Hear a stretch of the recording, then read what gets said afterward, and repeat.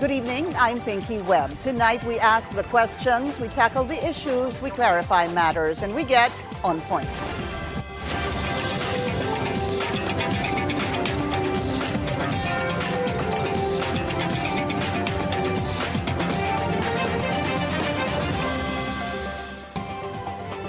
From school violence and a persistent classroom shortage to alleged ghost beneficiaries of a voucher program, the country's education sector faces various challenges. All this while the Education Department grapples with a budget cut this year. How is the agency responding? Let's get on point with DepEd Secretary Sonny Angara. Secretary, good to see you. Finally, it's been a very long time. Thank you, Pinky. Good evening, and thank you to the viewers. Good evening, and thank you for having me on your show. So much to talk about, but first, belated happy birthday. Thank you. July. July pa. Matagal na. But anyway, because I haven't seen you, just the same. So let's start with a very unfortunate incident that has been in the news, shooting incidents and even bullying. A number of them, one of course, that unfortunate incident in Santa Rosa Integrated High School in Nueva Ecija where a male shot his supposedly ex-girlfriend. The male, from last we heard, already, perished, died, while the female student is still in critical condition. August 4, teacher killed by a 20-year-old student in Lanao del Sur. August 4 also in Iligan, a 9-year-old male student in hospital after being beaten up by high school students. And also in August 4, 15-year-old female student na binagok daw yung ulo. What is happening? Parang nagkakasunod-sunod yung tong mga ganitong reports, Sec. Yes, Piggy. I mean, talagang on the rise yung mga bullying incidents. Pero I think the thing about the incidents you mentioned is talagang ngayon lang nag-ata, that I can remember, at least during my time, na nagkapatayan talaga. So, and someone really brought a gun, yung sinabi mong sa Nueva Ecija. Nagdala talaga ng baril. So that I think we have to take this into account and going forward, yung security measures natin, because we have to reassure our parents na the school is a safe place. And what exactly did you order? Schools to be able to have some sort of security for the mothers, the fathers, to their children inside the school premises? Well, we reiterated our security protocols na dapat talagang may taong on duty. Dahil at the time, I think, konti na lang yung tao sa school nun. And although there was a security guard just provided by the provincial capital, talagang unang pasok nung shooter, tinigil sa nung security guard. Pero inantay nung lalaki na magkaroon ng maraming tao, tapos doon siya nakapasok. Doon siya lumusot. Yeah, doon siya lumusot. So, yun, binaril na yung babae. Unfortunately, he died, but, the girl is still alive, but I think, according to the doctors, has suffered extensive brain damage. So, we're trying to help the victim and their family, but there's no school dun wala mo nang pasokan dun sa eskwelahan. At we're providing counseling to the families and para yung trauma nung community. The students who must have witnessed it. Who saw it, and even the teachers, I think, probably also need to undergo some kind of treatment. Dapat hubang, is there extra effort that needs to be done, especially because, Secretary, tuloy-tuloy po itong mga report na ito? Yeah, I think we really need to look into our security protocols. Some say we should have CCTVs. Some even say we should have security guards, and some feel the police should be visible. But of course, many don't like having police inside the school. So, pero yung si PNP chief naman nagsabi na he will increase police visibility around the school. So we're grateful for that. And I think the community has to come together to really fight these incidents and look at the deeper cause siguro yan. Yeah. Why are violent incidents on the increase? It could be exposure to these things in media, I don't know. On the internet, maybe, I don't know.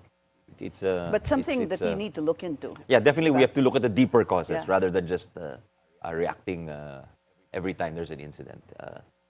Maybe have an anti-violence campaign, and then because if you go online on internet, it seems that violence is present if you know, If you go. choose to watch it, you'll find it. That's right. It's very easy to find these things. So. What about, there was a report today about, I think it was the Kabataan, asking for enhanced look into the well-being, mental well-being of students.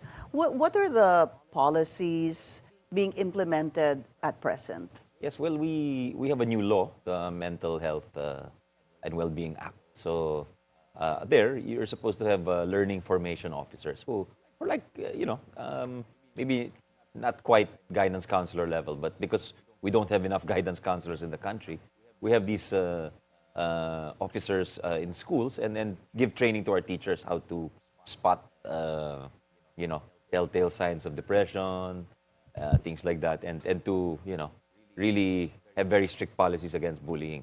So we issued our new anti-bullying policy where it's quite strict because we noticed that a lot of schools talagang hindi pa rin siniseryoso yung bullying.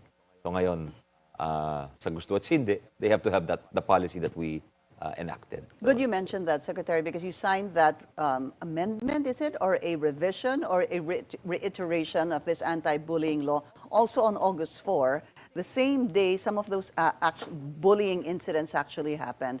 What can we expect with this? Well, the law, it's actually the law is 12 years old already, Pinky. But we noticed that not all schools had complied with the law.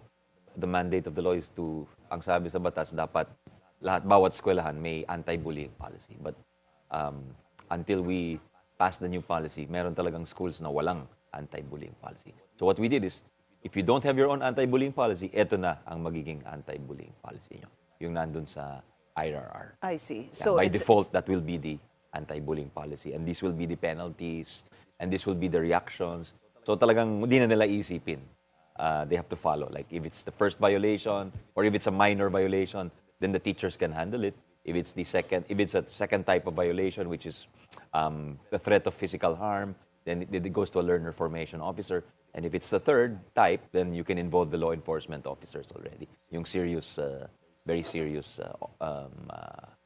violations. offense. Yeah. Why do you think there were schools that did not implement this or take it seriously, considering that from last I checked, this Anti-Bullying Act, it was of 2013. That's right. Sabi mo nga 12 years ago. Bakit ho kaya? Is this something that, or there's so many other issues that the school officials are looking into, kaya siguro hindi ito masyadong nabigyan ng pansin? I think maybe it's cultural also. I noticed when the law was passed, I was one of the authors in that. I was still a congressman, Pinky. 2013, 2013, yeah. And the reaction was that, that's normal. Parang ganun. At the time, So I don't know, maybe there are still remnants of that kind of ganong klaseng pag-iisip.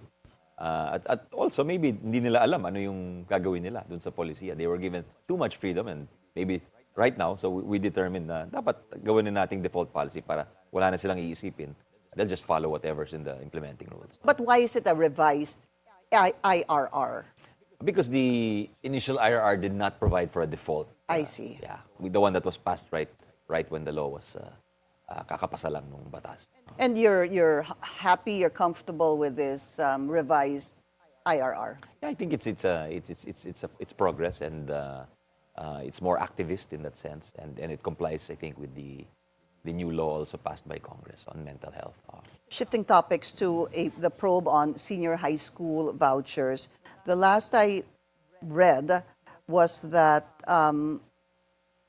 the DepEd had claimed, would it be correct, would that be the right words, almost 65 million pesos of what is supposed to be 100 million pesos of fraudulent or ghost students from private schools. I guess just for a brief background, I'm sure there's a lot of people that know about this, but what did you find out? I mean, how complicit were these private schools? Sinadya ho ba talaga nilang kumita para dito? Or were there some other issues here that we don't know of?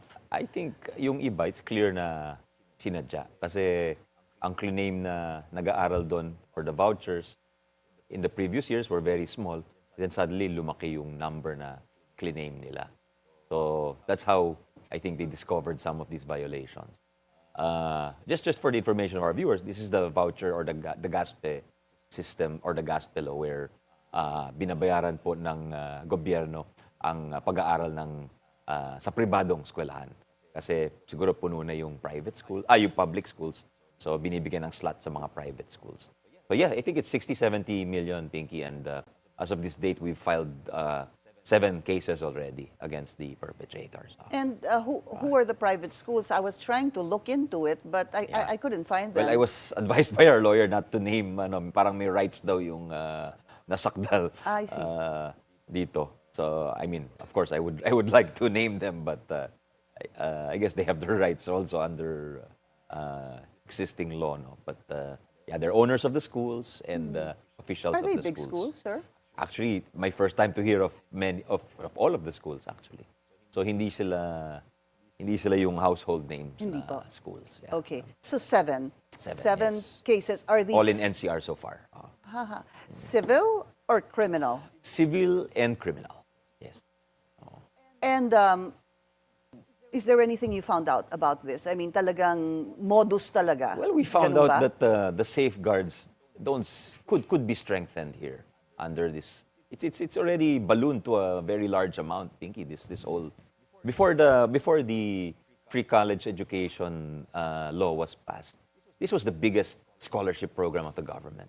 Kasi parang scholar ng gobyerno yan. Aside from supporting over 40,000 public schools, merong pinapaaral sa private schools. This was the biggest scholarship program of the government. And there are hundreds of thousands, if not millions, who have been benefited by it. Pero kung tinignan natin yung safeguards, parang could be strengthened talaga. So that's what we're looking at going forward. Paano i-strengthen at saka yung pagbantay at saka yung making sure the information, the system is very, there are checks and balances on it. How much money was lost? Over 100 million, I'm told. Okay. So if we've recovered 70, then we're trying to recover another 30. How do you recover that? Well, in the case, that's the it's a case Dun for sa civil recovery. case. Yes. So naibalik na po yun Yes. sa inyo nung 7. We noticed kasi dito napansin namin na nabayaran na, tsaka lang nalaman. So now, before magbayad ang DepEd, dapat makita muna na talagang maraming dadaan ng checks before maglabas ng pera yung gobyerno. In a year, Secretary, how much is allotted for this voucher programs, more or I less? think it's over 40 billion. It's probably approaching 50 already. It's a big amount. In a year? Yes.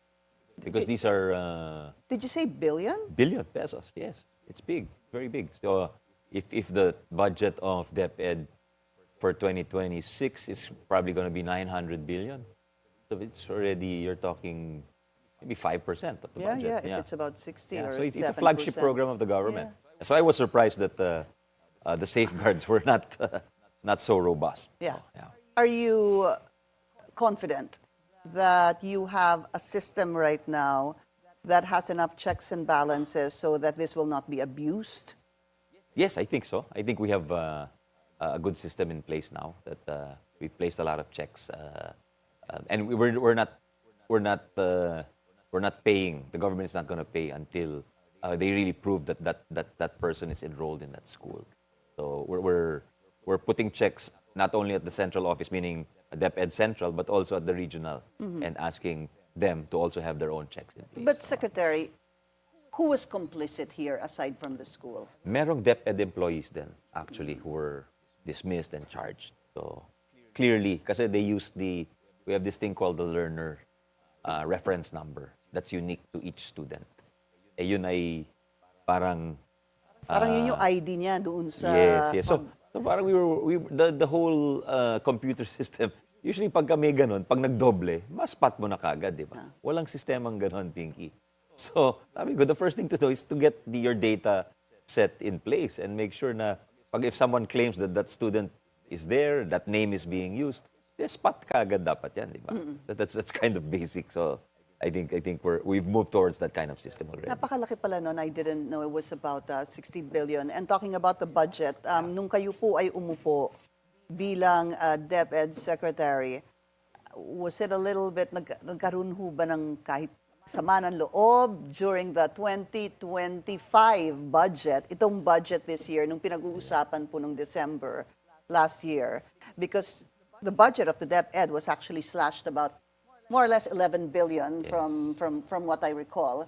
And I know there was a little bit of tug of war. Even the president, I think, wanted the budget restored. But at the end of the day, you lost about 11 billion. Would that be correct, sir? That's right. But the president worked to recover it, so the DBM is going to release that money soon to us. So makukuha niyo po yung 11 Yes, but it took, rather than it being released in January, we had to wait for the additional revenue of the government to materialize for it. So credit to the president, credit to the Secretary of DBM for prioritizing education. Of course, yung sumama rin yung loob namin na nag-cut sa education. Because, I was chair of finance for 5 years. And we really don't cut from education. If we can, we try to add to it. And it is in the law also, by That's the way. right. Education should be the highest priority under the Constitution. You're correct. I guess I asked that because marami po nagsasabi noon na kasamahan na nga natin to sa Senado na inilipat sa DepEd tapos hindi pa natin sinuportahan ng 100%. And nagulat ako, Piggy, kasi lahat ng nagsalita during the budget deliberation say, if we can, we'll increase it, ganyan. So But anyway, that's water under the bridge, and we're looking forward, and we like what we hear from Senator Sherwin, Senator Bam, who are saying that they'd like to increase the budget to hit 4% of GDP. I see. That would be a very historic, and I'm pretty sure it will happen during the Marcos administration because we have about 3 more budgets left. But if it happens next year, then that's truly historic. What kind of budget are you seeing for next year, more or less? It's 920 billion, something like that. All right. Last year, this year was about 737, 750? No, I think it's 800 this year, yeah. All right. We'll be taking a very short break. We'll continue our discussion with Education Secretary Sonny Angara. When we return, stay tuned. This is On Point.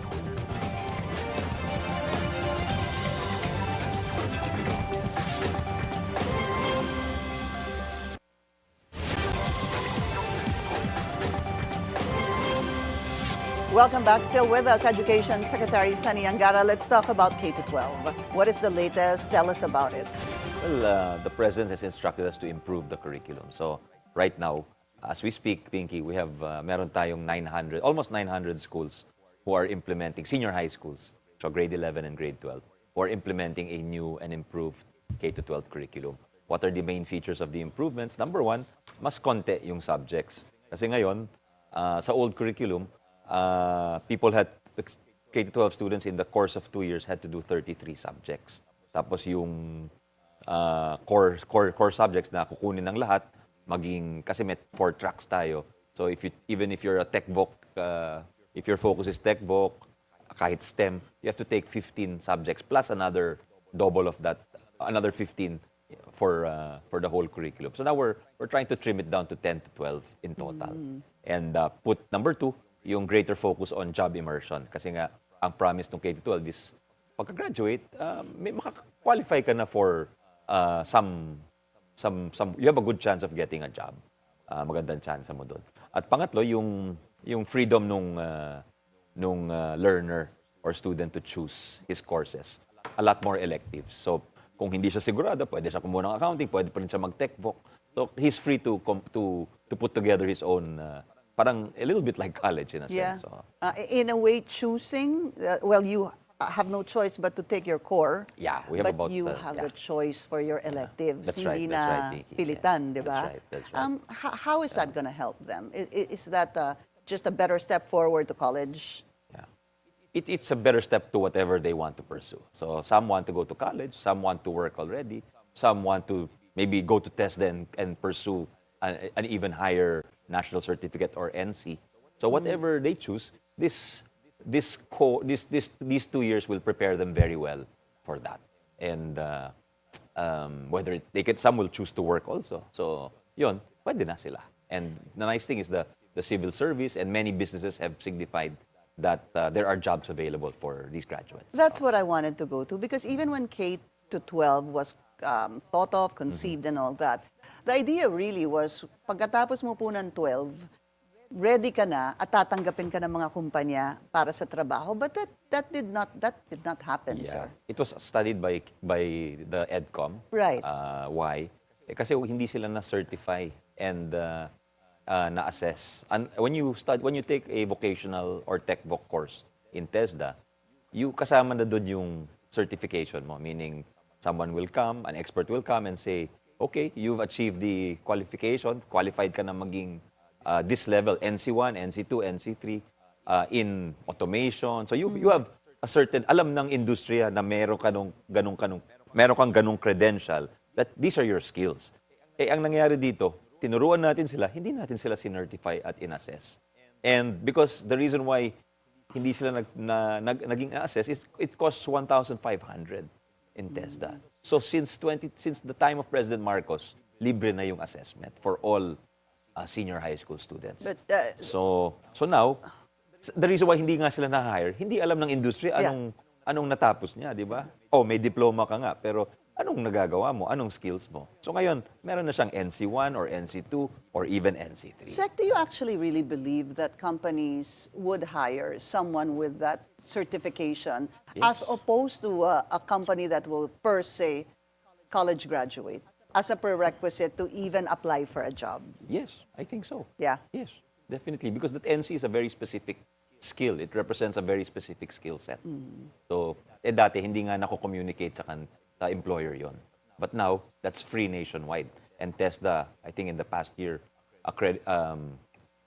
certified and accredited assessed and certified over 150,000 students in the public school sector. Okay. Any data on the turnover of that 150,000 students from that to jobs? We have to look at the data. We're not sure kasi we don't have good links with industry. So we have to focus on how many were hired actually on those guys. So are you looking into possibly speaking to more companies so that there will be a job match instead of a job mismatch? Yes, in fact, when we were talking earlier about the plans with industry, they're asking for 640 hours. So they know, they can really malaman nila kung magaling talaga yung bata, kung may fit sila with the company. So that's about one semester. So talagang we're going to make that part of the curriculum. And pagka ganun, mas malaki na yung chance na ma-hire yung bata ng kumpanya. I see. But the challenge there, I think, Vicky, would be finding, sa mga malalayong lugar, sino yung mga kapartner mong industriya. Dahil hindi naman buong Pilipinas may mga industriya, may mga... So you'll have to be more creative in coming up. We'll have to find partners. But the response has been tremendous, Vicky, from the private sector. Very good. The semiconductor industry, the BPO industry, the automotive industry, because they like the idea talaga. Because they also want they also need workers as soon as possible. There's something that I remember. I think it was Senator Sherwin Gatchalian who mentioned it, or Congressman Roman. I think it was Senator Sherwin who was also suggesting. It's just coming to me now that maybe instead of 11 and 12, parang magkakaroon na lang ata ng isa, tapos pwede nang turn to college. I think that's Kong Roman. Oh, was it? Kong Okay. Roman is the chairman sa Basic Education Right. sa House of Representatives. Ang gusto niya, pag magaling na yung bata, parang may exit exam siya. Kasi nakita niya daw, minsan, nauulit lang yung subject. Kasi minsan advanced yung bata. So, nauulit niya yung what he learns in 11 and 12, alam na niya.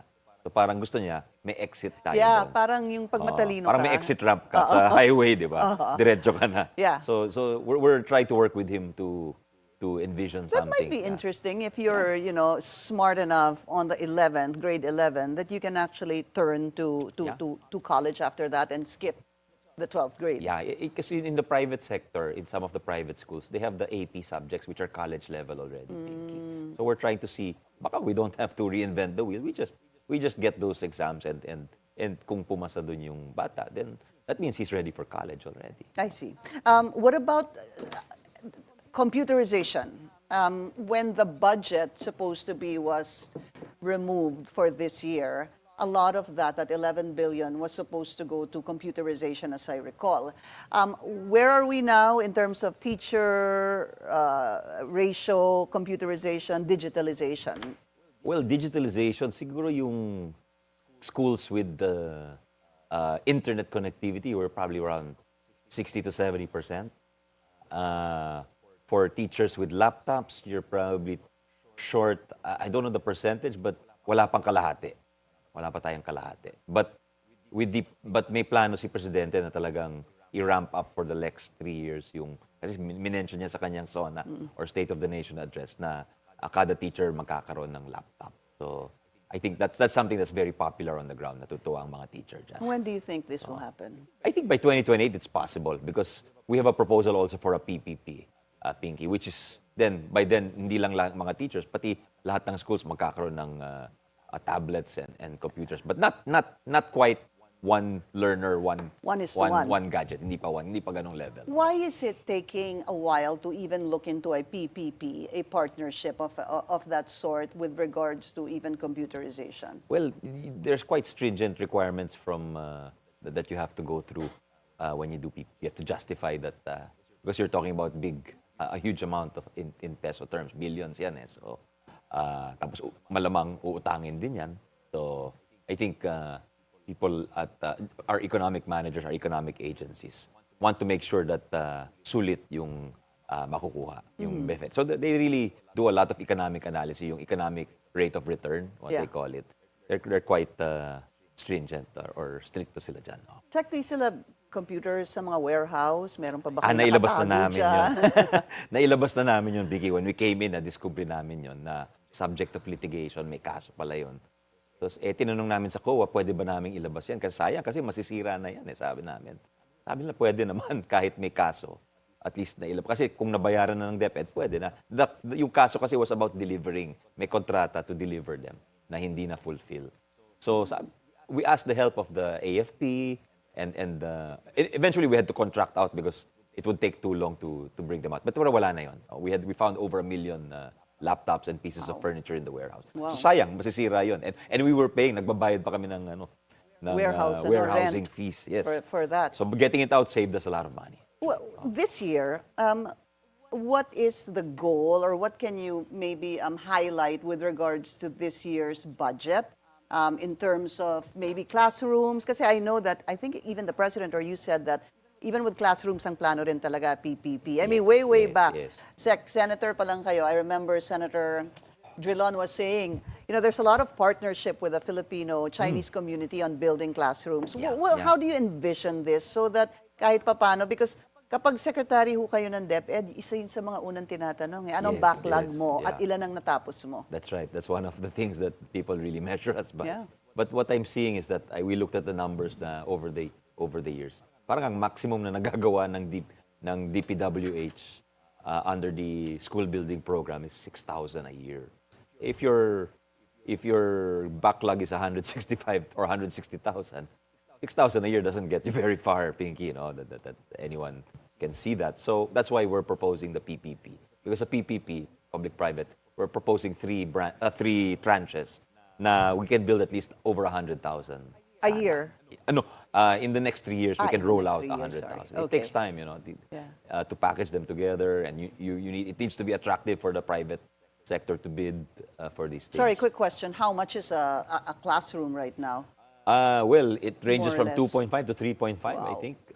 But every year, Pataas ng pataas we're pa told yan. we're told that the cost is increasing. So I remember when I came into Congress, it was less than 500,000. I was going to say that. classroom. Yeah. So parang Yung PPP nun, yeah. 500,000. So parang if we don't build them now, it's going to get harder and harder. Okay. Yung level of difficulty will increase over the year. We've run out of time. I just like to add, Sige, Pinky, please, go ahead. we're proposing a special provision in the budget. Kasi for 2025, nakalagay doon, only DPWH can build the classrooms.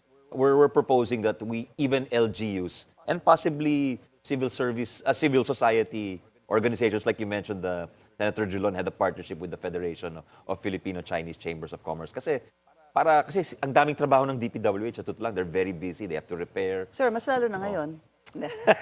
Dahil po sa flood control. They're extremely busy, They do everything, all the construction in government. Yeah. So, maraming local governments like the cities, may kaya sila. So we'd like to partner with them. Kasi if one city can put up 200 million, we put up 200, that's 400 million. You can build a substantial number of classrooms and then in-expand mo pa yung building pool mo, so to speak. And to go back, you were saying that you are going to ask for a special Provision in the budget. Kasi nga ngayon, there's a special provision that it's only DPWH who can build the classrooms. Sana, let's call it a school building flexibility provision. Parang sana many entities can participate in the program. And who needs to approve that? Congress. Yeah. Congress. Yes. All right. DepEd Secretary Sonny Angara. Good to have you. Maraming salamat Thank you po. for And of having course, me, good Kiki. luck. Thank you very much. Thank you so much. That's On Point. Join us again tomorrow, 7:30 p.m. here on BNC, the Billionario News Channel. I'm Pinky Webb. Thank you for watching.